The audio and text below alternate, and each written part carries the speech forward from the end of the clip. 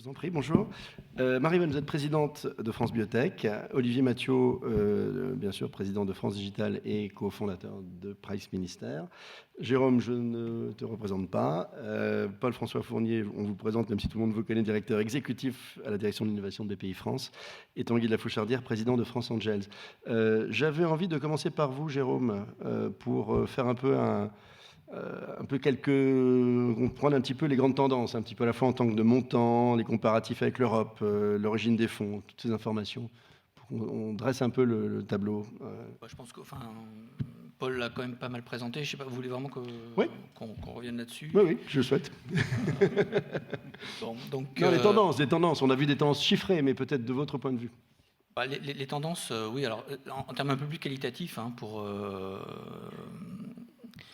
je pense que dans notre pays, il y a un grand fond aujourd'hui, une grande sympathie pour les entrepreneurs et une volonté, finalement, on voit ça notamment beaucoup auprès des jeunes, d'aller démarrer une entreprise, quasiment sortie de l'école. Alors moi, souvent, je leur dis, c'est peut-être un peu tôt, donc c'est des projets qu'il faut quand même mûrir un peu, mais au-delà des chiffres, simplement, ce que je voulais dire, qui ont été présentés, je pense qu'on a vraiment une tendance de fond dans notre pays, qui se manifeste effectivement pas par les jeunes, mais par tout un écosystème qui semble vouloir devenir plus favorable, même si Olivier mène un certain nombre de combats entre les allers-retours réglementaires de la loi et autres qui font, on va y venir, bien sûr, oui.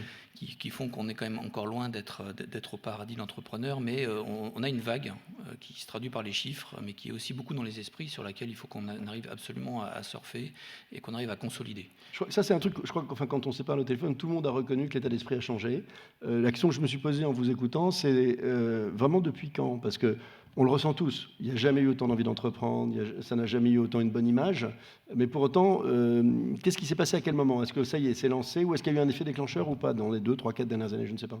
Tel que vous l'analysez les uns les autres ici. Il y a tout ce qui se passe. Il y a bien sûr l'aide de la BPI qui a beaucoup favorisé tout ça. Mais l'état d'esprit a changé grâce à quoi, à votre avis? Alors là encore, je pense qu'il y a eu un tournant au début du quinquennat, en fait. Je pense qu'il y a quelques très très grosses erreurs qui ont été faites.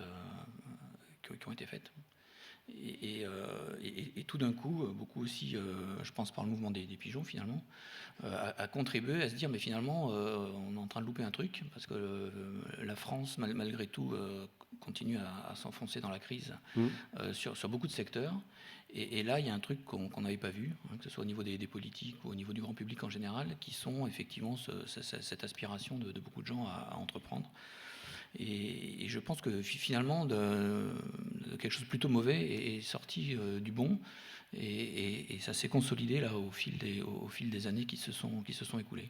Tu as ressenti ça, toi, Olivier, en fait, cette évolution de perception de ton métier d'entrepreneur au fil des années, entre le début de Price Minister, ensuite toutes tes activités d'investisseur aussi. Comment as-tu vu ça évoluer, toi, au fil des années? Alors, au fil des années, ça va être long, mais je vais pas le faire. Je vais le faire en raccourci. C'est une version light.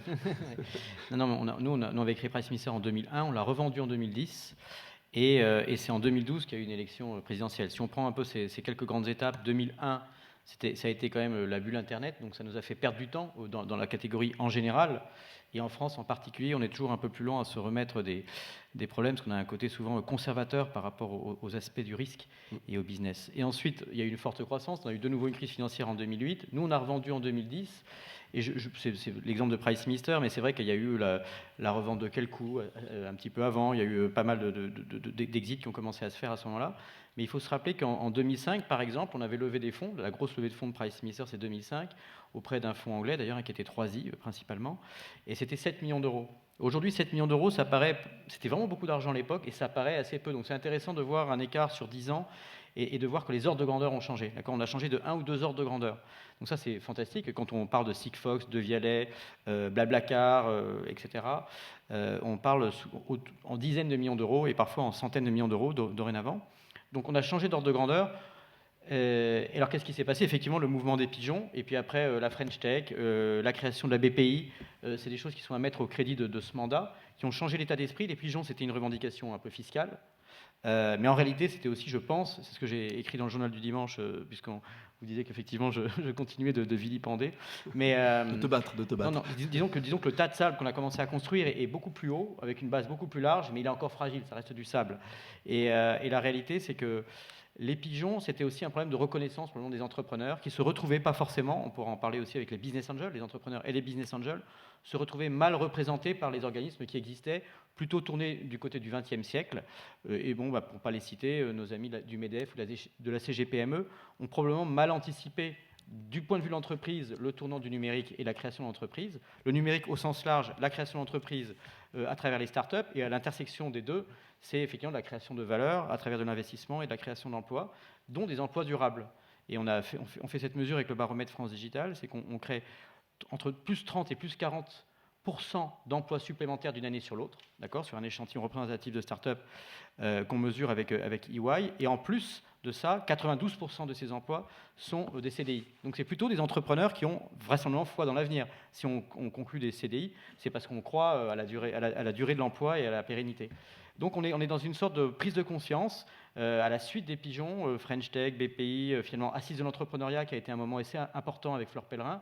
Et les prises de parole d'Emmanuel Macron et d'Axel Lemaire ont été très positives. Alors même si je pense qu'il y a beaucoup de problèmes en ce moment, très récemment on y reviendra, il y a eu dans l'agenda des politiques, à droite comme à gauche, de Juppé à Fillon, en passant par Macron et tous les candidats actuels, on a tous été reçus, on a discuté avec eux, ils ont mesuré l'enjeu et ils ont réalisé aussi que probablement les électeurs de type baby-boomer qui votaient pour eux en majorité étaient aussi inquiets pour l'emploi en quelque sorte de leurs enfants et de leurs petits-enfants. Donc du même coup, ça monte dans l'agenda d'un homme politique parce qu'il n'y a pas seulement les voix des entrepreneurs ou des pigeons, mais il y a aussi tout leur environnement familial qui à un moment donné s'intéresse à la question. Est-ce qu'il n'y a pas eu, c'est évidemment pas des entrepreneurs qui sont financés par le venture, mais est-ce qu'il n'y a pas eu aussi, parce que moi je le constate vraiment quand je rencontre des entrepreneurs dans des soirées ou des choses comme ça, même si les auto-entrepreneurs sont un tout petit phénomène, mais le fait que dans toutes les familles françaises, il y a eu des auto-entrepreneurs, le regard sur l'entrepreneuriat, j'ai le sentiment un peu changé. C'est-à-dire qu'on ne les considère pas uniquement comme des horribles gugus qui se sucrent sur le dos des salariés, mais dans toutes les familles françaises, il y a des gens qui à un moment ont pris une décision courageuse, souvent contraints d'ailleurs. C'est 1 million de personnes et c'est un statut qui date de 2008. Donc oui, tout ça, c'est assez condensé. À peu près en même temps. Entre 2008 et 2012, et puis après 2012, il y a eu plein d'initiatives qui ont libéré un peu les énergies. Après, bon voilà, on viendra, il reste des problèmes. Les freins, comment doubler, c'est l'objectif de la table ronde, mais j'aime bien commencer par dresser un peu le constat. On peut, avec Tanguy, peut-être savoir ce qui se passe du côté, parce que j'ai lu ce week-end, en fait, le livre blanc que vous m'avez adressé, sur ce qui reste à faire du côté, bien sûr, du métier de business angel, pour faciliter et faire exploser, vous aussi, ou doubler ou tripler, ou plus peut-être, parce qu'on pourrait largement faire plus que doubler, apparemment, quand on compare à l'Angleterre, sur les business angels et sur l'amorçage. Mais votre vision de, à la fois, l'évolution et puis la situation du métier du financement des entrepreneurs en France. La situation pour les business angels n'est pas encore idéale. C'est-à-dire que, je suis tout à fait d'accord, je partage tout ce qui a été dit, en particulier ce qui a été amené par les assises de l'entrepreneuriat, c'est-à-dire ce qu'on retrouve dans les familles aujourd'hui, ce qui d'ailleurs sur le plan sociologique, c'est-à-dire que c'est prendre sa destinée en main, et ne pas se mettre en salarié d'une grande entreprise. Il y a cette évolution largement partagée, je pense. Oui. Et puis il y a une envie, le phénomène des slashers qui ont aussi des activités en même temps, qui ont plusieurs vies. Beaucoup, effectivement, et ça démarre par l'auto-entrepreneur. Absolument. On a dans les startups des gens qui sont peut-être en freelance dans des startups en étant auto-entrepreneurs, c'est-à-dire qu'ils prennent leurs risques personnels pour vendre leur qualité. Ils ne sont plus en salariés, ils sont en fournisseurs de services aux entreprises. C'est un changement de mental très important. Alors, Business Angel, non, on arrive maintenant, on s'est développé depuis 15 ans largement. Alors, France Angel représente majoritairement ou historiquement les réseaux de Business Angel, mais c'est la seule structure organisée française qui regroupe les Business Angels. Donc, on a vocation d'ailleurs à parler au nom d'autres Business Angels. Quand vous dites que l'objectif c'est de doubler, etc., c'est effectivement l'objectif qu'on a pris il y a maintenant 1 an, quand j'ai repris la présidence de France Angel, de se donner un objectif à 5 ans de doubler ou tripler la capacité de financement. C'est quoi aujourd'hui en France? Si on donne quelques chiffres, je pense que les gens dans la salle les connaissent, mais rappelons-les quand même. En direct, c'est de l'ordre de 40 millions. En France? En France, 40 millions en France. Par combien? 900 à peu près? Combien de business angels en France? Sur 4500. 4500 qui sont dans les réseaux. Certains continuent à investir, d'autres sont encore dans les réseaux parce qu'ils accompagnent les entreprises. C'est important, c'est pas un coup et on s'en va. Vous savez que c'est ce qui définit le business angel, c'est qu'il est investisseur et il accompagne l'entreprise. Et même en plus de ça, c'est lui qui a choisi et qui a été au sourcing de l'entreprise et qui va l'accompagner jusqu'à la première sortie ou une sortie série A, etc. quoi. Et il reste à peu près entre 5 et 8 ans? Ah oui, c'est ça à peu près. Et Donc même c'est trop long. longtemps, trop longtemps. D'ailleurs, je pense que c'est une des choses. On reste trop longtemps pour des raisons un peu fiscales.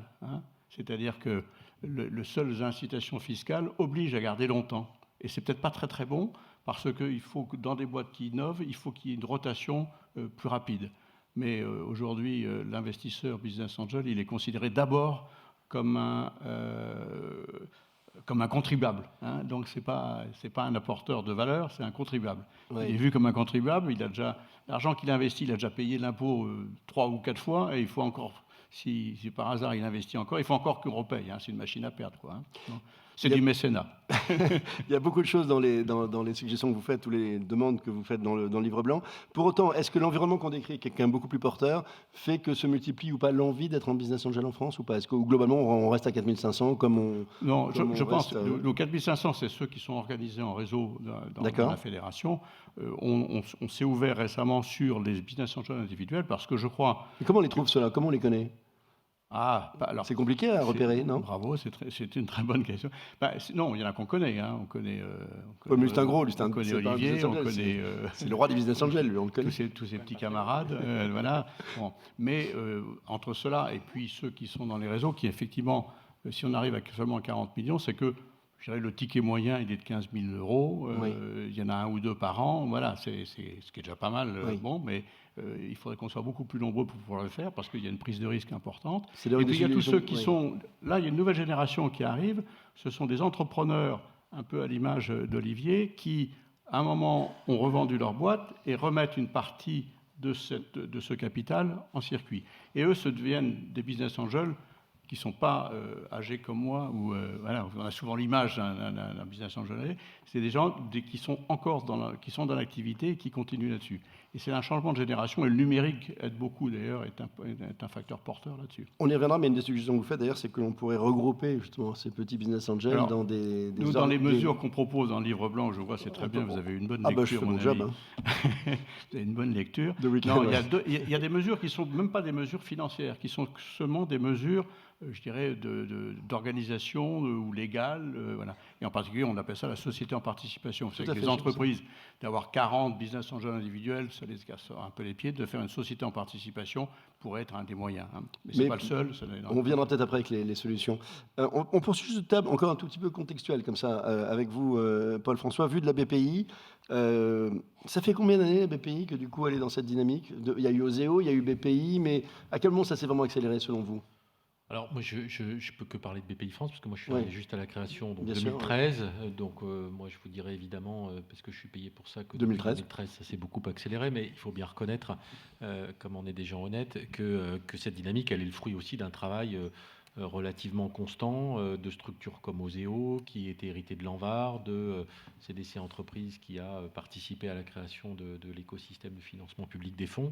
Bon, maintenant c'est vrai que depuis 2013, grosso modo, on a à peu près doublé notre activité, en particulier dans le financement de l'innovation, à la fois en volume. On est à 1,3 milliard de financement, on était à peu près à 750 millions d'euros en 2013, et avec un effet effectivement très fort sur les startups. Là, je parle de la partie dette qui est encore une fois très importante puisqu'elle est non dilutive, elle permet d'améliorer, et je pense à la fois la rentabilité des fonds et à la fois, j'allais dire, la dynamique des entreprises. On était à 1500 startups financées en 2013, on était à 3000 en 2015, et j'espère qu'on va continuer, qui est encore une fois la base du tas de sable dont parlait tout à l'heure Olivier. La taille des fonds est passée de 50 à 90 millions d'euros. La taille des fonds est passée de 50 à 90. La taille des fonds, là, on vient de sortir les chiffres, on avait la semaine dernière une réunion. Les chiffres des fonds sur lesquels BPI France investit, qui est une représentation non négligeable de la réalité des fonds de cap risque aujourd'hui. En fait, la taille des fonds 2008-2012, elle était de un peu moins de 80 millions d'euros. J'ai fait l'exercice avec avec Jérôme qui est tombé assez juste, donc Seigneur tout honneur. Et 2013-2015, c'était 134 millions d'euros. Donc là aussi, on voit bien que l'écosystème est constitué de ces fonds et qu'on est sur la route du doublement de la taille de ces fonds, qui est une très bonne nouvelle, parce que plus les fonds sont gros, plus ils sont capables de suivre et donc de faire des tickets significatifs. Et là, on revient à un deuxième indicateur qui est dans le même esprit. Si on regarde les premiers tickets d'investissement, dans la même période qui représente 2006-2012, on était à un peu plus d'1,6 million de tickets pour le premier investissement. Et en 2013-2015, on est à 2,4 millions. D'accord, hein, et donc là aussi, on est dans une accélération. Et puis les tickets de plus de 15 millions d'euros, on est dans un doublement du nombre de tickets et quadruplement de la valeur de ces tickets. Donc on voit bien que le système, le tas de sable gonfle gentiment. Ce qui est très important, et ça a été cité tout à l'heure, je crois que c'est un message qu'il faut que... Je crois que collectivement, on participe de véhiculer plus fortement, c'est que cette croissance, elle n'est absolument pas au détriment de la rentabilité. Elle est même d'ailleurs un facteur d'accélération de la rentabilité, parce que malgré tout, plus les fonds sont gros, plus leur probabilité d'être rentable est importante. Et donc, on citait tout à l'heure les chiffres, hein, mais on a les mêmes. Le multiple des fonds qu'on avait en gestion, enfin en fonds de fonds chez nous, le multiple était de 1,1 en 2012, 1,2 en 2013, 1,4 en 2003, en 2014 et 1,4 en 2015. Donc on est à peu près absolument cohérent, évidemment, avec les chiffres de la FIC. Donc ça veut dire, c'est ce que je disais à Olivier tout à l'heure, c'est que pour l'argent privé, en particulier tout l'argent des assurances, il faut sortir de cette idée... je pense que encore beaucoup de gestionnaires ont que l'innovation, c'est un peu le type, c'est le truc qu'on fait parce qu'on est un peu sous pression de tout un tas de gens et puis on donne parce que c'est pour la bonne cause. Ça devient, dans un monde où il n'y a plus aujourd'hui de rentabilité dans beaucoup d'outils, quelque chose qui est maintenant de l'ordre de la rentabilité de beaucoup de produits. Il faut voir que le CapDev, dans les mêmes chiffres, le multiple, c'est 1,7. Donc si on continue encore dans 3 ans, je suis désolé pour Olivier qui est là, le CapRisque va dépasser le CapDev dans 3 ans à ce rythme-là en termes de rentabilité. Alors bon, évidemment, le CapDev va continuer et va croître très fortement, mais il y a des changements de paradigme qui sont quand même derrière aussi très importants pour continuer à alimenter cet argent privé. Alors on reviendra après sur ce qui reste à faire, parce que vous évoquez notamment, vous avez dit, il est important aussi de fermer la boucle et d'augmenter les sorties, donc on y reviendra peut-être après. Marie-Vonne, peut-être un mot sur la caractéristique des entreprises techno de la santé. Vous disiez au téléphone, il faut lever beaucoup d'argent avant d'en gagner. Alors donnez-nous un peu votre contexte à vous et de la façon dont il a également évolué au fil des années. Effectivement, dans le domaine des sciences de la vie est un domaine un petit peu particulier. Le modèle économique est différent de celui du digital, surtout dans le domaine des développements des molécules thérapeutiques, le développement peut être passé au-delà d'une dizaine d'années. Et entre l'épreuve du concept des médicaments et la mise sur le marché, il faut quelquefois 20 ans. Donc, et durant ces 20 années, il faut beaucoup d'argent, voire 50, 100, 200 millions d'euros. Alors, ce qui manque effectivement pour nous, c'est ces 100, 200 millions, puisque il est très difficile, effectivement, en France, de lever autant d'argent sur le marché, aussi bien au niveau du capital risque, même sur le marché boursier. Vous m'avez dit c'est impossible, vous aviez dit au téléphone. J'ai dit c'est impossible. Oui, c'est vrai qu'aujourd'hui, je crois qu'il y a une seule société, Amplitude, qui a levé 100 millions d'euros sur le marché, et c'est assez exceptionnel. En France, sur Euronext, si on lève 30, 50 millions, c'est déjà bien. Et on voit plutôt 10, 20 millions. Et pour développer des molécules, effectivement, c'est insuffisant. Malgré tout, la France est très bien positionnée sur le marché boursier sur Euronext, puisqu'on est les premiers en Europe et les deuxièmes en nombre de sociétés après le Nasdaq. Donc, ce qui prouve une dynamique forte. Mais malgré tout, on manque de fonds pour arriver sur le marché.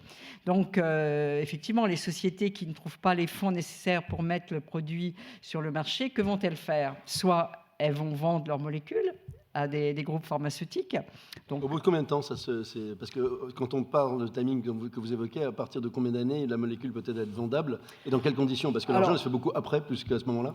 Écoutez, il y a des exemples, j'imagine. Il y a des exemples, effectivement. Ouais. La société, en particulier Osée Immunotherapeutics, que j'ai créée et que je continue à suivre, nous avons fait un partenariat industriel au niveau préclinique, c'est-à-dire avant la phase 1, ce qui est précoce et qui est assez rare. En général, le partenariat se font après la preuve clinique chez l'homme, c'est-à-dire après la phase 1 du produit. Et pour ça, il faut au moins déjà 5 ans et environ 15 millions. Enfin, c'est des moyennes. Hein. Donc, il faut avoir la capacité de lever ces 15 millions d'euros. Et entre la phase 1 et la mise sur le marché, il y a des opportunités, effectivement, de partenariat qui sont extrêmement profitables. Mais, ça veut dire qu'on est condamné à vendre toutes les molécules qui seront créées en France avant qu'elles n'appartiennent voilà. véritablement à des entreprises françaises. C'est ce qui est dommage. Donc si on avait la capacité de pouvoir lever 100, 200 millions à la fois sur le marché français et européen, on aurait aussi la capacité à pouvoir commercialiser les molécules. Aujourd'hui, donc, des sociétés, je peux citer, hein, comme DBV, qui... Ah oui, les chiffres sont incroyables, allez-y. Qui a pu lever jusqu'à près de 500 millions. Valo 1,5 milliard.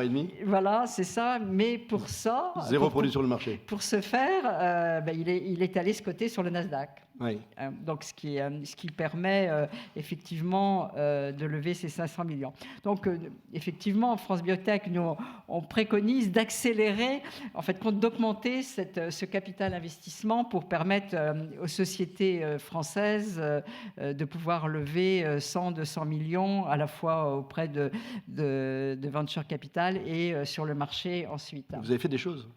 Alors effectivement, dans le cadre du CSF, du Comité stratégique des filières de la santé, France Biotech a proposé qu'une partie de l'épargne des Français soit investie en capital. Et donc il y a une mesure qui a été signée par 4 ministres, donc c'est déjà pas mal, qui propose donc effectivement que 7,5% de l'épargne type Madelin, PERP, PERCO, etc., soit fléchée vers le capital investissement. Donc maintenant, c'est à nous de le mettre en œuvre derrière.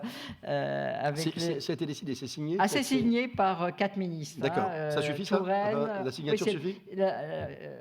Ça a été signé, mais c'est une mesure. Donc maintenant, il faut le mettre en œuvre. Donc il y a la deuxième étape qui est la mise en œuvre de cette mesure. Ça permettra, me disiez-vous, de lever 500 millions d'euros par an.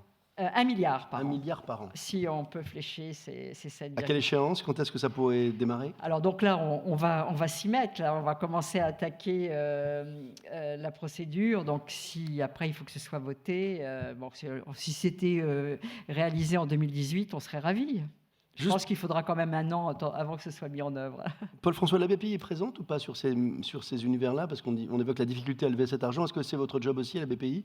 Ou est-ce que ce secteur, vous n'y étiez pas et vous... Non, c'est un secteur, et on en parle de plus en plus avec Marivonne, avec tout un tas d'acteurs de ce secteur. Cette filière de la santé, et des biotech en particulier, est une filière absolument exceptionnelle, dont on parle pas assez, clairement. La dynamique de la French Tech, auquel on adhère tous, elle est forte, mais c'est vrai qu'elle est très centrée sur le numérique, et il y a une vraie dynamique sur le numérique.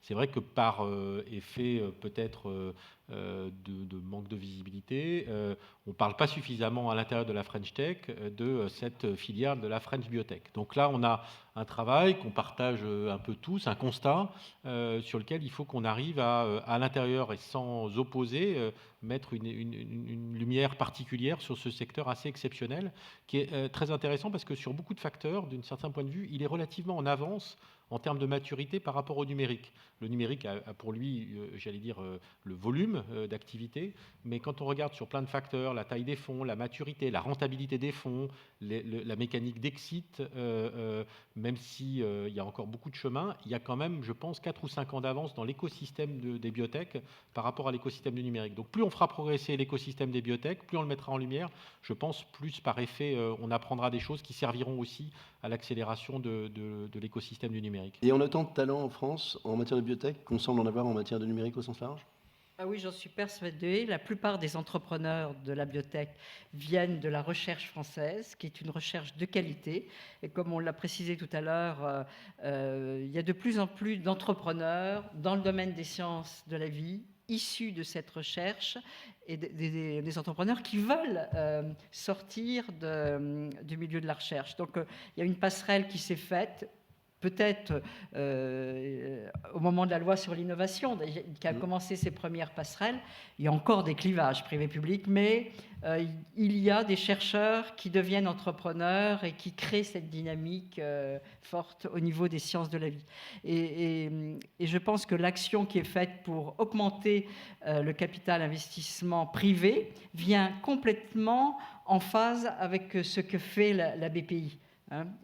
Et encore une fois, ce partage privé-public est très porteur pour les sciences de la vie. Olivier, tu évoquais tout à l'heure tout ce qui reste à faire. J'ai noté tout ce que tu me dis au téléphone toujours, il y a plein de choses importantes, intéressantes, toutes. Ton analyse un petit peu de nos faiblesses. Alors, en gros, ce qui nous manque encore aujourd'hui pour qu'on double, parce que l'objectif de cette table ronde, c'est comment on va doubler. Quelles sont les faiblesses perçues? Tu as dit des choses comme en France, les exits ne sont pas bons, les VC US regardent plus la Chine et les US à cause de la taille des marchés. On ne peut pas licencier en France. Alors, ça changera peut-être. Il y a un truc important ce week-end qui s'est passé, mais ce n'est pas encore totalement définitif. On n'est pas business friendly. Alors, ton analyse de ce qui nous manque aujourd'hui pour avoir toutes les conditions de doubler. Bon, quand je fais l'inventaire des choses qui ne vont pas, j'ai l'impression que je vais rendre tout le monde dépressif. La réalité, c'est que ça a progressé énormément. On a bien dit tous les progrès. Et d'ailleurs, on est souvent en relation avec France Biotech. On a organisé avec Énergie et Enthousiasme, par exemple, les primaires de l'économie pour ce qui concernait les candidats de la droite et du centre. Et puis, on est en train de réfléchir à une date pour les primaires de la gauche, de la gauche plurielle, disons. La gauche plurielle. Et donc voilà, donc on fait beaucoup de travail pour sensibiliser nos responsables politiques. Un mot, parce que c'est intéressant quand même d'avoir ce côté insider.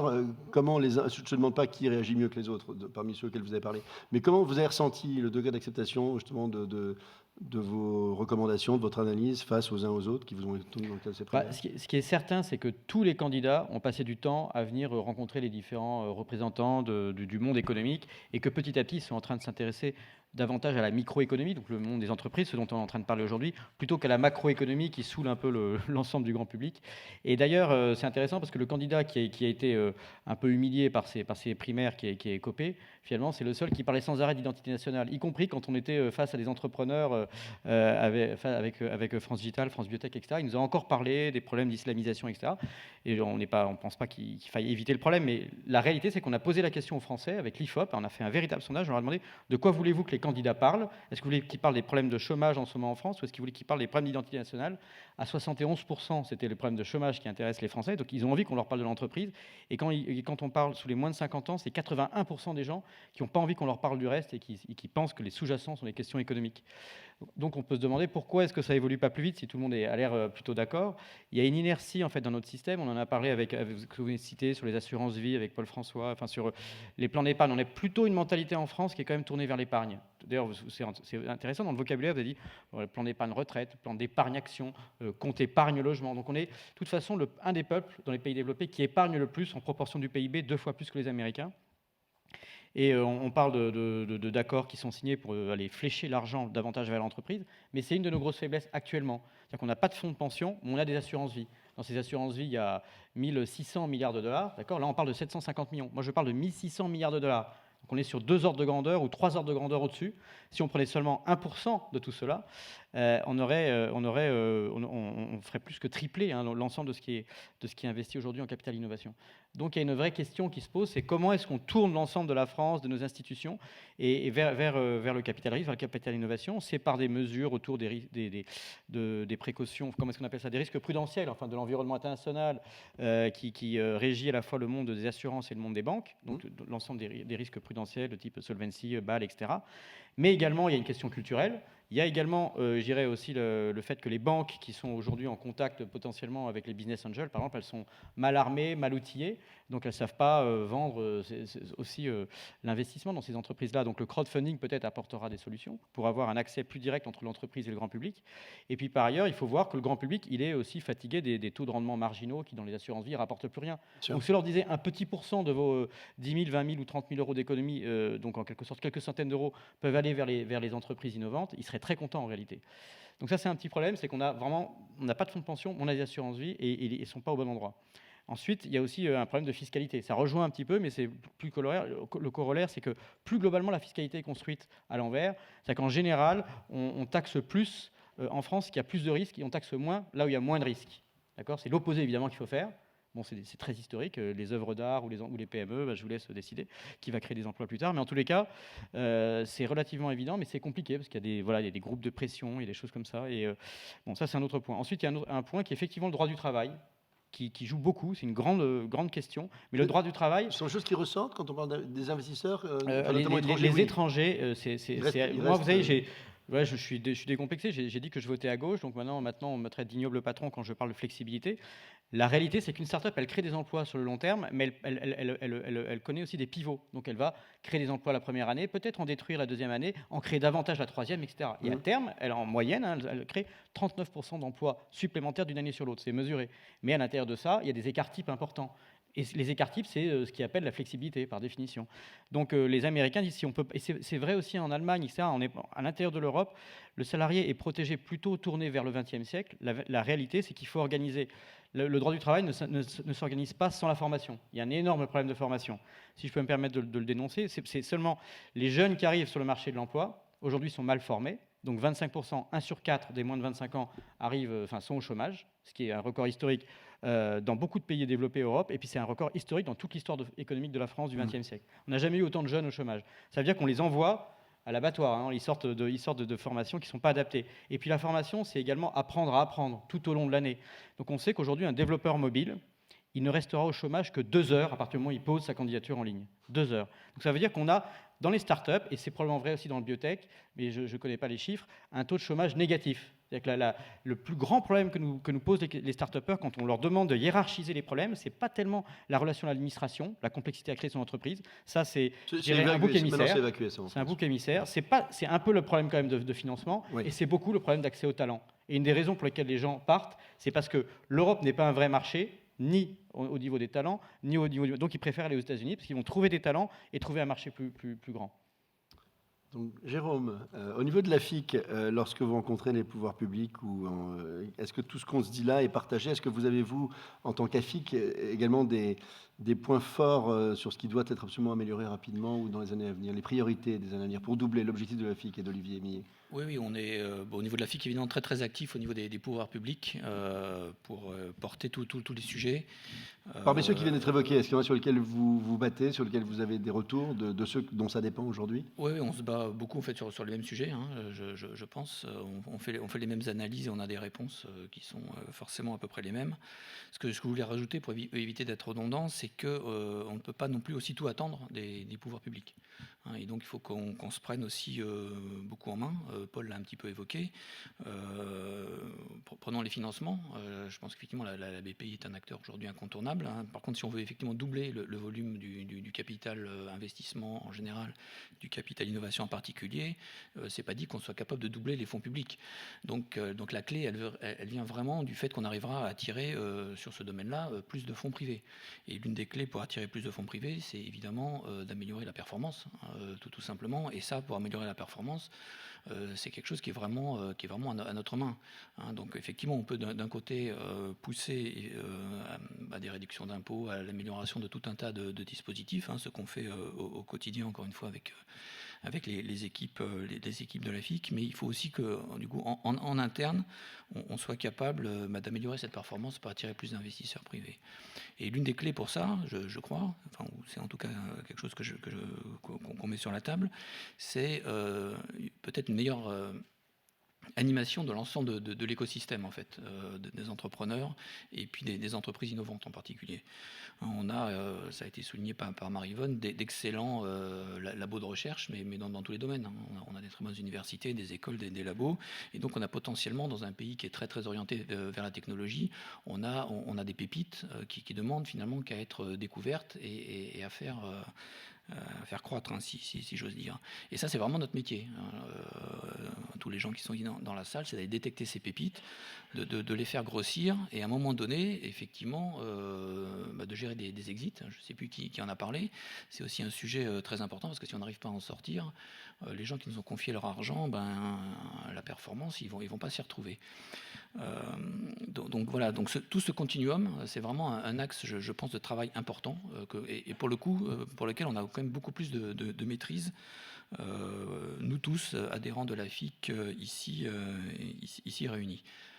Et il y a une question aussi qui nous revient parfois, à laquelle vous répondrez mieux que moi, parce que je ne suis pas spécialiste du point de vue des financiers, mais il nous semble qu'il faut rapatrier en France un certain nombre de fonctions financières, d'analyse financière, d'analyse de marché, etc., qui nous permettrait peut-être un jour d'être crédibles sur le fait de créer une bourse, par exemple sur les valeurs technologiques. Alors les biotech se portent mieux sur les questions d'introduction en bourse, mais aujourd'hui sur les valeurs technologiques, elles vont plutôt encore aujourd'hui au Nasdaq ou à New York. Mais c'est le même problème qu'on a quand on parle des assurances vie. Les assureurs, ils nous disent, nous, on n'a pas les équipes qui sauront gérer en fait ces participations, la gestion des actifs.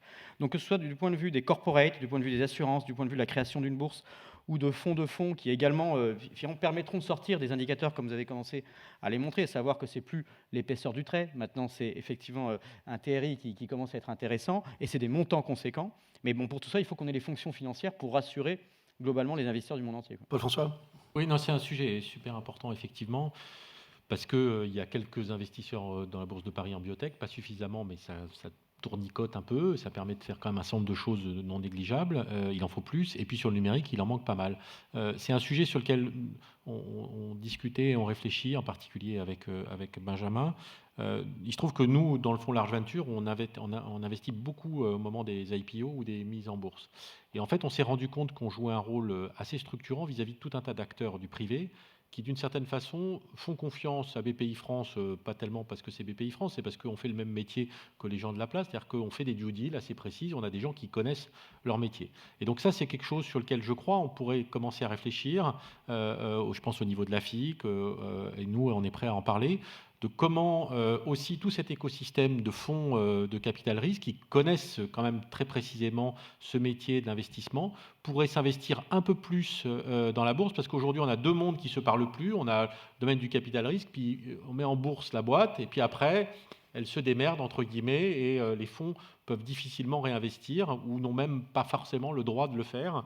Moi, je crois qu'il faut que si on progresse, il faut qu'on arrive à ce que ces deux mondes soient plus jointifs et que toutes les compétences des gens du capital risque puissent continuer pour justement donner une expérience supplémentaire et réassurer un certain nombre de gens qui ne sont pas forcément experts et qui disent si ces gens-là le font, ça veut dire que probablement c'est potentiellement une bonne idée. Je demande, oui. Je veux juste embrayer pour compléter ce que dit Paul. Il y a la bourse, c'est sans doute une chose. Malheureusement, là aussi, je pense qu'on a assez peu de leviers aujourd'hui, parce que le fait d'intéresser les Français à la bourse, c'est peut-être mission impossible, mais surtout une mission de longue haleine. Et si on veut vraiment améliorer notre performance à court terme, il y a des mécanismes d'exit plus traditionnels vers des corporates, typiquement. Je pense qu'on doit sans doute privilégier. Et là encore, je pense qu'on a une mission d'aller faire de l'évangélisation. C'est pareil, dans cette mouvance entrepreneuriale, il s'y intéresse de plus en plus, mais d'aller intéresser de plus en plus des gens de l'écosystème traditionnel à travailler avec des startups. Alors, pas forcément pour les racheter au départ, mais en tout cas pour leur passer des contrats, pour les aider à se développer, pour les financer au travers du corporate venture, et puis au final d'aller les racheter quand ça a du sens. J'allais vous demander si je vais me tourner vers Tanguy dans un instant pour qu'il nous fasse une version allégée des recommandations du livre blanc pour qu'on voit quelles sont les pistes que vous souhaitez développer. Mais je me demandais justement toutes ces entreprises, grands groupes industriels, qui sont obsédés notamment au niveau de leur COMEX de cinquantenaire, de leur détachement par rapport au numérique, et qui se disent absolument qu'on rachète des startups, qu'on s'intéresse. les Échos la semaine dernière, Carlos Ghosn qui explique que Renault doit devenir une start-up quand même, c'est intéressant, et qui nous dit qu'il embauche 600 data scientists, 300 à Tokyo, 300 à Paris, dans des quartiers branchés, pour gérer plus la mobilité des Français que de faire des voitures. Est-ce que ça va devenir une source de financement de l'innovation en France ou pas, à votre avis? Tous ces grands groupes qui peuvent potentiellement, qui créent même des fonds d'ailleurs, enfin j'aimerais bien avoir l'avis de tout le monde ici sur ces, quels que soient d'ailleurs les métiers, y compris dans les, peut-être que les grands labos aussi font ça. Ah oui, tout à fait. Beaucoup de laboratoires ont des fonds venture qui investissent. De plus en plus ou pas? Presque tous, à part Sanofi qui n'en a pas. Je crois que Merck, AstraZeneca, Novartis, ils ont tous un fonds venture et investissent dans les sociétés, oui, tout à fait. Alors, mais là encore, les biotech sont un peu en avance par rapport à l'écosystème du numérique, et c'est très bien, ça continue. D'abord parce que les grands groupes des biotech ont effectivement tous des fonds venture, ont une politique assez agressive de venture, et puis parce qu'ils ont compris, je crois, et moi je partage complètement ce que dit Jérôme, un des sujets, c'est que si notre système continue comme ça, à grossir, il a un risque de thrombose quand même au bout d'un moment. C'est qu'à la fin, on peut mettre beaucoup de pression, et on est en train d'en mettre dans le tuyau, mais il faut que ça sorte quand même pour que le système boucle la Absolument. boucle. Et donc ça, c'est le sujet des sorties. Donc il y a la bourse et il y a effectivement tous les sujets d'acquisition. Bon, moi, j'ai passé 15 ans de ma vie dans un grand groupe, donc je peux vous en parler. La transformation, elle arrive, elle est majeure. Et les groupes des biotech ont très bien compris la transformation que les grands groupes plus traditionnels sont en train de comprendre, qui est que vous aviez avant 3000 chercheurs qui faisaient de la R&D interne, et vous mettiez 3% de votre chiffre d'affaires dans cette R&D interne. Et ben, le prisme de demain, c'est plus celui-là. Ça ne veut pas dire qu'il faut que vous ayez plus des R&D internes, mais au lieu de mettre les 3%, il faut probablement que vous mettiez 1,5%, et peut-être un peu moins de gens, et c'est ce qu'ont fait les grands groupes des pharma. Et puis, il faut que les 1,5% autres, vous fassiez des prises de participation et des acquisitions. Et ce qui est intéressant, c'est que là aussi, le monde de la FIC et le monde des fonds ont des choses à apporter. C'est qu'il faut que les grands groupes comprennent qu'il faut que ce soit suffisamment massif. Si c'est pour faire une acquisition de start-up tous les 3 ans, vous êtes sûr qu'ils vont se rendre compte que c'est une erreur, parce que statistiquement, la prise de participation qu'ils auront faite, elle ne marchera pas. Si par contre, ils en font suffisamment, comme un fonds de venture que vous connaissez mieux que moi, on a une probabilité non négligeable d'avoir une création de valeur et des synergies qui se créent entre ces portefeuilles de boîtes. Donc il faut que ce soit massif, parce que si ce n'est pas massif, ça ne marchera pas. Et c'est ça qu'il faut qu'on arrive à faire comprendre. Olivier? Oui, parce que par massif, je pense qu'il y a la question de courbe d'expérience, effectivement, ce qui rejoint les professions d'analyse. Il faut qu'il y ait des formations et des gens qui soient formés dans les équipes M&A pour analyser ces marchés. C'est-à-dire que quand nous, on a vendu PriceMeister à Rakuten en 2010, les groupes français proposaient de l'ordre de 3 à 4 fois moins. On avait des Américains, des Anglais, etc. Mais enfin, les Français étaient positionnés très très loin en dessous du chiffre qui a été avancé par Rakuten. C'est un exemple de comparaison. Après, il y a une question, c'est est-ce qu'il faut que les corporate ventures, les fonds des grands groupes investissent directement dans les entreprises?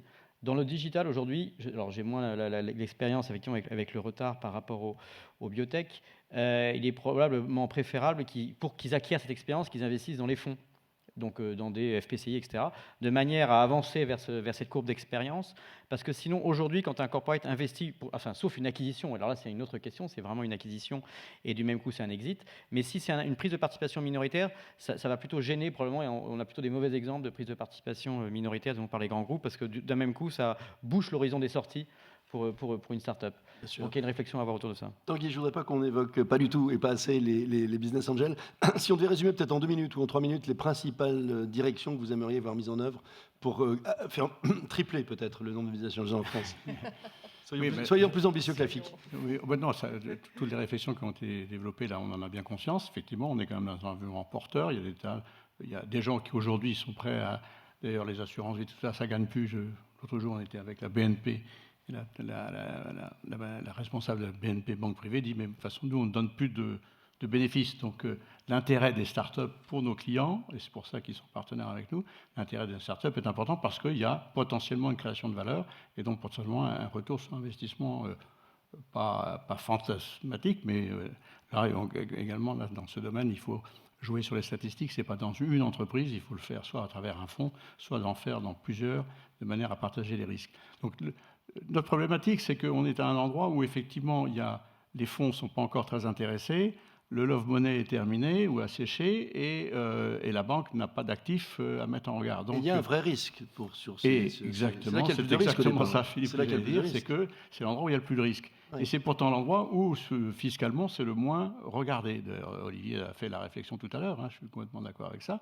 On est vu comme étant un contribuable, mécène à la limite, hein, mais même pas mécène parce qu'il n'y a même pas de réduction d'impôt possible dessus. C'est ça le premier truc qu'il faut changer ? Pour moi, c'est un regard complètement différent sur cette activité de business angel que quand on discute avec des députés, des ministres, l'administration, etc., c'est un monde qu'ils ne connaissent pas, qu'ils n'imaginent pas, parce que je ne sais pas pourquoi.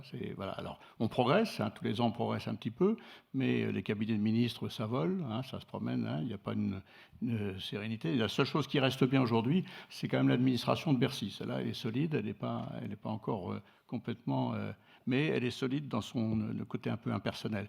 Donc nous, on a quelques mesures je dirais, pratiques d'organisation. Vous avez évoqué la société en participation. Il y a des mesures techniques qui sont simples à prendre et visiblement qui sont compliquées à faire partager avec notre administration. Il y a des mesures fiscales. Prenez l'exemple de l'Angleterre, qu'on met d'ailleurs dans notre rapport, là, dans notre livre. Les chiffres sont impressionnants quand même, le décalage est mais impressionnant. Ce qu'il faut comprendre derrière, c'est qu'il y a eu d'ailleurs en début de cette année à la FIC, il y avait on a eu un colloque très intéressant avec une étude faite par les Anglais sur la façon dont on comparait d'ailleurs les systèmes français avec un certain nombre de pays d'Europe. Ce qu'ont fait les Anglais, ça a été un retour sur investissement pour le gouvernement anglais très positif. C'est-à-dire je dirais cet avantage qu'on appelle ça un avantage fiscal, c'est toujours ce qu'en France on appelle un cadeau au patron ou un cadeau aux riches. Hein. Mais voilà, rien que les mots tuent, rien que les mots sont... Toujours. Ben oui, c'est terrible. Méfiez-vous les journalistes, hein. Ne répétez pas ce que disent un certain nombre d'autres. Je suis un faux journaliste, moi. Justement. Non, justement, méfiez-vous. Dans certains mots, vous tuez le truc parce que le cadeau au patron ou le cadeau aux riches, bien sûr, c'est un truc qui, dans le grand public, ça passe très bien et ça fait dire comprendre les choses complètement à l'envers. Donc le cadeau ou la facilité fiscale qu'ont fait les Anglais, dans ce rapport qui avait été discuté au moment de ce colloque, montrait que le retour sur investissement du gouvernement anglais, en création d'emplois et en développement de chiffre d'affaires, donc en taxes perçues de part et d'autre, était un retour positif. Hein. C'est un peu comme quand on parle des fonctionnaires. Quoi, hein. Est-ce que votre lobbying est-il assez efficace ? Pas assez, certainement pas. C'est pour ça qu'il faut qu'on soit beaucoup plus fort. Comment pourrait-on faire mieux ? Est-ce qu'il faut le faire avec d'autres ? Est-ce qu'il faudrait que d'autres forces se rassemblent autour de vous, auprès de vous, pour arriver C'est pour ça qu'on collabore beaucoup avec la FIC, qui est un élément qui nous aide beaucoup à avoir une visibilité, qu'on est en relation avec les France Digital et autres Croissance Plus, qui sont le côté entrepreneur, mais qui apportent cette dimension qui justifie notre démarche. Hein, c'est-à-dire que le fait d'accompagner l'entreprise en prenant le risque financier et en passant du temps gratuitement parce que la boîte, à cette époque de sa vie, n'a pas beaucoup d'argent pour payer du conseil. Quoi, hein. Cette chose-là qui est un vrai travail de citoyen. D'ailleurs, je suis même étonné qu'un gouvernement socialiste n'ait pas compris que c'était une démarche citoyenne qu'il fallait vulgariser, élargir, etc. Le crowdfunding est une approche complémentaire. Ça a beaucoup aidé dans la compréhension. À part que le crowdfunding, c'est quand même pas encore la proximité directe avec l'entreprise. C'est une meilleure visibilité. Absolument. C'est un lien, c'est un levier qui se passe pas mal, hein, qui a aidé certainement un certain nombre de startups et qui continuera à le faire. Mais dernière question, avant peut-être de prendre des questions de la salle. À l'évidence, les prochaines élections vont avoir un impact selon le candidat que choisiront les Français. D'autres événements récents, le Brexit et Donald Trump aux États-Unis, est-ce que ça peut avoir un impact quelconque sur tout ce qu'on se raconte ici ? On évoquait ensemble les GAFA au téléphone l'autre jour, Olivier, mais est-ce qu'il y a d'autres choses que vous regardez, vous dites tiens, ça peut avoir telle ou telle incidence ?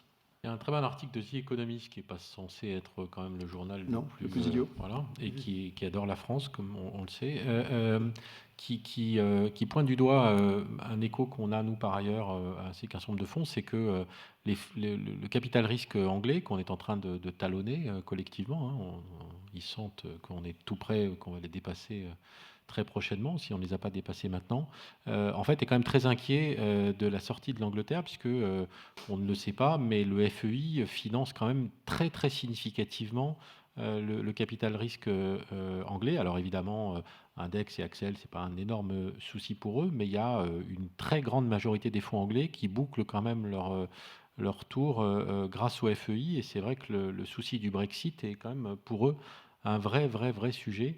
Donc là, il y a probablement aussi peut-être des opportunités intéressantes de rapprochement, de liens avec des sociétés de gestion qui vont peut-être se poser un certain nombre de questions dans les mois et dans les années à venir. Il s'est passé deux choses. Il y a eu le Brexit et l'élection de Donald Trump. ça n'a échappé à personne ces derniers mois. Et les deux comprennent des risques et des opportunités, à notre avis, quand on le regarde d'un peu loin. Le Brexit, c'est bien souligné, effectivement. En isolant le Royaume-Uni d'une certaine manière, on a des opportunités à Paris et à Berlin, notamment avec le FEI, avec un certain nombre d'investisseurs peut-être américains qui, considérant qu'au départ, quand ils mettent de l'argent aujourd'hui en Angleterre, c'est pas juste pour le marché anglais. C'était quand même le cheval de Troie vers l'Europe. Si l'Angleterre est isolée, et s'ils continuent de s'intéresser à l'Europe, et encore, c'est pas gagné, mais s'ils continuent de s'intéresser à l'Europe, ils viendront peut-être directement dans d'autres pays. La réalité, c'est qu'il faut qu'ils continuent de s'intéresser à l'Europe, donc il faut qu'on construise un marché beaucoup plus uniforme, parce que le surcoût du déploiement européen d'une start-up partant de Berlin ou de Paris, d'ailleurs, est quand même relativement élevé par rapport au marché chinois ou au marché américain. Donc, enfin, il faut bien voir que le Brexit ouvre des opportunités, mais c'est également la possibilité pour un fonds américain de dire finalement, je vais carrément quitter l'Europe et je vais aller ailleurs. Et l'autre chose avec Donald Trump, c'est qu'il y a une menace et une opportunité. C'est que du coup, le pays devient moins attractif et il est regardé de loin avec un peu de méfiance. C'était aussi ma question. Oui. Mais avec Donald Trump, on a aussi probablement un discount qui va être opéré sur l'entry tax. Et donc tout cet argent qui est plus de 200 milliards de dollars, qui dormait ni en Europe ni aux États-Unis, mais plutôt dans des paradis fiscaux, va pouvoir revenir vers la Silicon Valley ou vers la côte Est. Et du même coup, c'est cet argent-là aussi qui parfois sert à acheter des startups européennes. Donc si on le perd là parce que Trump le rapatrie dans une démarche protectionniste, y compris vis-à-vis des biens et services, mais aussi un protectionnisme financier, du même coup, on aura de même risques et opportunités. Donc c'est loin d'être neutre. Jérôme, un mot là-dessus, avant qu'on prenne une question ? Oui, pour embrayer là-dessus, je pense qu'effectivement les opportunités sont formidables. On est dans un contexte qui est plutôt très porteur, et donc c'est vraiment à nous aujourd'hui de cultiver ça, parce que ça ne va pas venir tout seul. Je pense que les gens qui mettaient l'argent en Angleterre ne vont pas spontanément venir le mettre en France. Et donc on a un message, si on devait faire passer un message effectivement politique, c'est effectivement de ne pas gâcher ou de souffler sur le début de petites flammes avant qu'on ait le feu qui brûle de façon pleine et entière. C'est la première chose. Et pour rebondir sur ce que j'avais dit tout à l'heure, je pense que c'est à nous aussi, en interne, de vraiment couvrir tous les compartiments du jeu pour être présent partout. Paul a parlé du fonds Large Venture, tu l'as mentionné. Je pense que c'est très bien d'augmenter les tailles des fonds. Il ne faut pas oublier qu'il faut un écosystème qui soit complet. Il faut qu'on puisse être présent sur des fonds de taille plus petite, financer des projets plus petits, moyens, gros, et que on soit vraiment présent partout où on peut nous attendre. Et c'est qu'à cette condition-là, avec une bonne performance, qu'on pourra effectivement séduire les gens qui seront prêts à investir chez nous. Merci. Normalement, on a fini, mais j'aimerais quand même vous donner la parole 5 minutes, si vous en êtes d'accord, pour prendre une ou deux questions de la salle. Si vous en avez, on va demander si on peut la rallumer un petit peu pour qu'on vous voit. Et si vous avez une question, je vais demander à la personne qui a le micro de vous rejoindre, en simplement levant le bras. Monsieur, alors attendez, le micro arrive. Voilà, vous avez été repéré. Et si vous voulez bien simplement vous présenter en posant votre question, s'il vous plaît. Oui, bonjour, Jérôme Lecoeur, Innovacom. Je rebondis sur ta remarque, Jérôme. Dans les chiffres de la FIC, j'aimerais bien avoir une analyse plus fine sur les 780 millions d'euros qui ont été investis en 2015, parce que j'ai l'impression que c'est biaisé par la part des fonds FNA et par les grosses levées de fonds. Et je me demande effectivement ce qui se passe pour toute la catégorie intermédiaire. Est-ce que ma question est claire ? Oui. Merci. Non, je ne sais pas si on a une la forme réponse. d'embarras, mais... Help, Pierre-Paul, viens nous voir. Mets-toi au pupitre, Paul, j'ai le micro qui est là. Il s'agit bien des chiffres de l'investissement et pas des levées. Donc c'est bien l'investissement, c'est bien les montants qui ont été investis dans les startups, dans les 500 startups en 2015. C'est 758 millions d'euros et ça comprend toutes les étapes du capital innovation. Donc ça démarre effectivement avec l'amorçage. Le micro.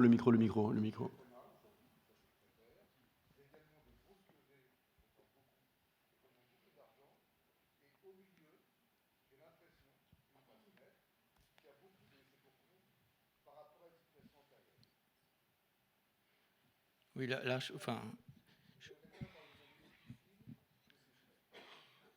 oui, c'est vrai que moi j'avais regardé, quand on se compare aux États-Unis, le seed, le small, et puis le early stage, et puis le mid stage, on voit qu'en fait il y a globalement des poches investies qui sont à peu près équivalentes.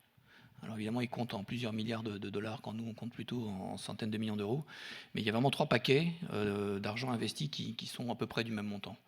Et c'est sans doute vrai, mais ça mériterait qu'on regarde un peu plus en détail, qu'en France, on est à la fois déséquilibré sur les montants plus petits. Je crois que les 2 tiers des levées de fonds en capital innovation font quand même moins d'1 million d'euros, donc c'est quand même effectivement plutôt petit. D'un autre côté, il y a les grosses levées, et au milieu, et ça fait partie effectivement du continuum dont je parlais tout à l'heure, et on a peut-être effectivement là aussi un petit trou dans la raquette. Alors moi, j'ai pas mon Benjamin Paterno sous la main, donc je suis un peu tout nu, mais pour avoir des discussions régulières sur ce sujet-là avec Benjamin, j'ai l'impression que le sujet, c'est effectivement de faire en sorte que la déformation ne fasse pas de trou au milieu du truc. Alors, le sentiment que j'ai de ce que je comprends de discussion avec Benjamin, c'est qu'en fait, il y a quand même encore beaucoup d'argent, en particulier de dry powder, sur les séries A et les séries B, qui est un élément de réponse à votre question. Mais c'est vrai qu'il y a eu beaucoup d'augmentation avec les fonds FNA de moyens sur l'amorçage, et je pense que ça commence à produire ses effets. On voit bien les grosses levées, mais nous, on ne sent pas à ce stade un vrai sujet j'allais dire, je perds mes mots, puisque vous m'impressionnez beaucoup, mais enfin, on s'est compris. Voilà. Et puis, je rajouterai un élément, parce que je crois que c'est très important, parce que ça fait partie des axes qu'on a essayé de mettre en place depuis 3 ans, c'est que beaucoup de moyens, je vous disais tout à l'heure qu'on a quasiment doublé les moyens sur le financement d'innovation, en particulier sur les startups. En fait, on a mis beaucoup de moyens pour faire pour faire de la dette en accompagnement du capital risque, à la fois sur l'amorçage et à la fois sur les séries A. Les prêts d'amorçage investissement, les prêts innovation, c'est quasiment un triplement, voire un quadruplement avec ce qu'on va mettre l'année prochaine pour permettre de compléter les tours de table, ce qui est aussi un moyen, entre guillemets, d'accompagner et de développer l'écosystème en parallèle de ce sujet des levées de fonds. Voilà. Notre point de vue, ce n'est pas encore le cas, mais j'allais dire, la porte de Benjamin est toujours ouverte pour essayer de regarder ces chiffres. C'est ce que je vais faire en rentrant, en lui disant il faut qu'on rediscute de ce sujet. Une dernière question, très courte, réponse très courte. Allez, madame. Isabelle de Bayens, Fadiez. Je rejoins ce que vous disiez, parce que nous, on remarque, on est donc un fonds d'amorçage, on remarque qu'on a de plus en plus de mal à trouver des ventures qui investissent des montants moyens. C'est-à-dire que, en fait, il me semble, mais je me trompe peut-être, c'est peut-être à vous de me le dire, il me semble que la majorité des fonds de venture ont été financés par le FNA et donc n'ont plus la possibilité d'investir dans des sociétés qui font déjà du chiffre d'affaires. Et de ce fait, nous qui finançons des entreprises, on a du mal à trouver des fonds de venture pour des montants de 3-4 millions d'euros, parce qu'aujourd'hui, c'est vrai qu'il y a plus un prisme pour des fonds de venture beaucoup plus gros. Voilà, et où on privilégie plus maintenant, vous en parlez beaucoup, des grosses levées de fonds. C'est vrai qu'il y a un prisme vers les gros fonds qui font des grosses levées de fonds. Et ma question, c'est est-ce que vous ne pensez pas qu'il risque d'y avoir un manque sur justement ces petites séries A parce qu'il y a des sociétés qui créent des emplois, mais qui ne sont pas forcément des boîtes qui ont vocation à faire 100 millions d'euros. Oui, alors, il y a 2 choses. D'abord, il y a eu effectivement un effet du FNA assez significatif. On n'en a pas parlé tout à l'heure, mais c'est quand même très intéressant par rapport à l'effet de levier de l'argent privé, parce qu'en fait, quand même, notre métier, c'est de drainer de l'argent privé. Il ne faut pas se tromper. Nous, on se voit comme un aspirateur à faire de l'argent privé. On a fait des petits calculs sur le FNA. Pour 1 euro investi dans le FNA, il y a presque un peu plus de 6 euros qui est investi en argent privé. Donc, c'est par l'ensemble des mécanismes, business angel, etc. Donc, ça fait un vrai effet. Et ça fait effectivement aujourd'hui beaucoup de sociétés qui arrivent probablement à lever le premier million d'euros ou le premier 1,5 million d'euros. Qui est en ce moment, compte tenu de la maturité du FNA, un certain nombre de questions sur les refinancements de ces boîtes. C'est probablement naturel parce que c'est le moment un peu de vérité pour passer à l'étape d'après. Est-ce que ça manque de fonds sur les séries A? Ce n'est pas notre analyse à date aujourd'hui, mais c'est un sujet qu'il faut monitorer en permanence. Et donc, encore une fois, c'est probablement un sujet en perspective à regarder. Et on va le regarder et le suivre. Et on est tout prêt, je pense, Benjamin en particulier, à discuter de cas pour essayer de comprendre. On a nos chiffres aussi pour regarder ça. Et puis la deuxième chose, c'est que je crois qu'il ne faut pas opposer les choses. C'est vrai que on a dit, parce qu'à un moment, il faut dire les choses et avoir une stratégie, qu'on voulait créer des gros fonds. Ça ne veut pas dire qu'on veut créer que des gros fonds, sinon ça n'a pas de sens. On veut effectivement créer des gros fonds, 4 ou 5, qui fassent 1 milliard, et puis ensuite un certain nombre qui fassent plutôt 500 millions, parce qu'on ne peut pas dire d'un côté, comme on nous l'a dit en 2013, on n'arrive pas à faire des grosses levées et ne rien faire. Donc on fait des gros fonds, mais les gros fonds qu'on fait, quand vous regarderez, quand on travaille avec des gens comme Partech, comme ID Invest, comme Sofinova, ils font aussi de l'amorçage, ils font du série A, du série B, et puis ils sont capables de suivre ensuite en late stage à faire des tickets de 50 et on l'espère demain de 100 millions. Donc je ne crois pas que les choses s'opposent, je crois qu'effectivement il faut une palette de solutions et puis il faut en permanence monitorer que chacun des éléments se coordonne bien et qu'on a les moyens. Aujourd'hui, notre analyse, c'est qu'il y a quand même 5 milliards de dry powder aujourd'hui, dont une grande majorité sur le Caprice, 4,5 milliards, je crois, dont une grosse partie sur des fonds de série A, série B. Donc voilà, on a du mal du coup à se dire qu'il y a un effet d'engorgement massif. Ce n'est pas ce qu'on voit encore une fois sur macro, les chiffres que l'on a aujourd'hui de disponibles sur ces segments de marché. Merci Paul-François, merci à tous pour cette première table ronde. Et effectivement, on peut vous applaudir. Merci.